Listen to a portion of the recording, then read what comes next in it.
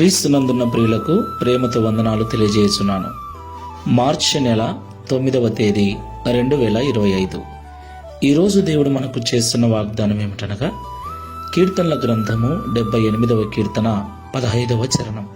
అరణ్యములో ఆయన బండలు చీల్చి సముద్రమంత సమృద్ధిగా వారికి నీరు త్రాగనిచ్చెను. ఆమేన్.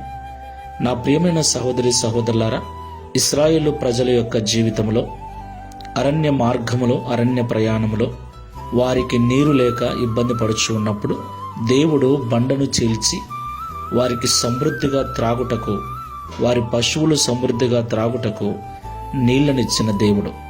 దేవునికి మహిమ కలుగును గాక. ప్రియులారా, ఈ విషయాన్ని మనం ఎన్నడూ మర్చిపోకూడదు.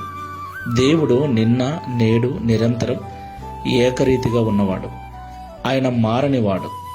నాడు ఇశ్రాయేలు ప్రజల జీవితంలో చేసిన దేవుడు నేడు ఆత్మీయముగా ఇశ్రాయేలీయులమైన మన జీవితంలో కూడా చేయుటకు సమర్థుడు, చాలిన దేవుడై ఉన్నాడు. దేవునికి మహిమ కలుగును గాక. కాబట్టి నా ప్రియమైన సహోదరి సహోదరులారా, నీ జీవితంలో ఎలాంటి కొరతలతో ఉన్నావు, ఎలాంటి ఇబ్బందులతో ఉన్నావు? ఆర్థికపరమైన కొరతల, ఆరోగ్యపరమైన కొరతన, ఎలాంటి కొరత నీ జీవితంలో అనుభవిస్తున్నావు? సమృద్ధి లేక బాధను అనుభవిస్తూ ఉన్నావా? చాలని బ్రతుకు, చాలని జీతము, చాలని జీవితాలు, కోరిన ఆహారము తెచ్చుకొని తినడానికి కూడా ఆలోచించే పరిస్థితుల్లో ఉన్నావా? భయపడద్దు. నీవు నేను ఆరాధిస్తున్న దేవుడు సమృద్ధిని అనుగ్రహించగలవాడు. విశ్వాసముతో ఆయన సన్నిధిలో ప్రార్థన చేద్దాం. తప్పకుండా దేవుడు ఆకాశపు వాకిళ్లు విప్పి మనకు కావలసిన ఈవులన్నిటినీ అనుగ్రహిస్తాడు. ప్రార్థన చేసుకుందాం. ప్రేమ స్వరూపుడమైన తండ్రి, సకల ఆశీర్వాదములకు కారణభూతమైన ప్రభువా, మీకు స్తోత్రాలు చెల్లిస్తున్నాం. అవును తండ్రి, ఇశ్రాయేలు ప్రజలు దాహం తీర్చుటకు అరణ్యములో బండను చీల్చి సముద్రమంత సమృద్ధిగా వారికి నీరు త్రాగనిచ్చిన దేవుడవు, నీకు వందనాలు చెల్లిస్తూ ఉన్నాం. అలాగే నిన్ను నమ్మి విశ్వసించిన మా జీవితాలలో ఉన్న ప్రతి కొరతను తీర్చి సముద్రమంత సమృద్ధిని అనుగ్రహిస్తానని ఈ ఉదయకాల సమయంలో మాతో మాట్లాడినందుకు స్తోత్రాలు.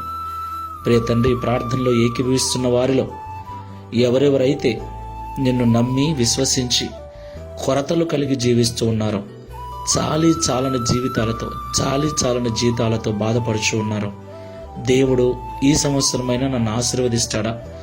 ఇప్పుడైనా దేవుడు నన్ను గడ్డన పడేస్తాడా?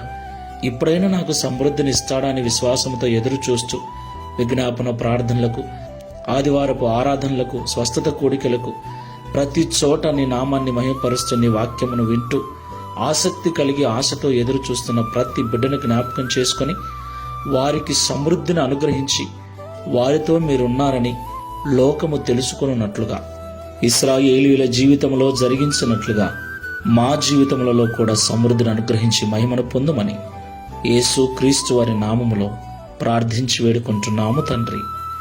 Amen. Praise the Lord. God bless you.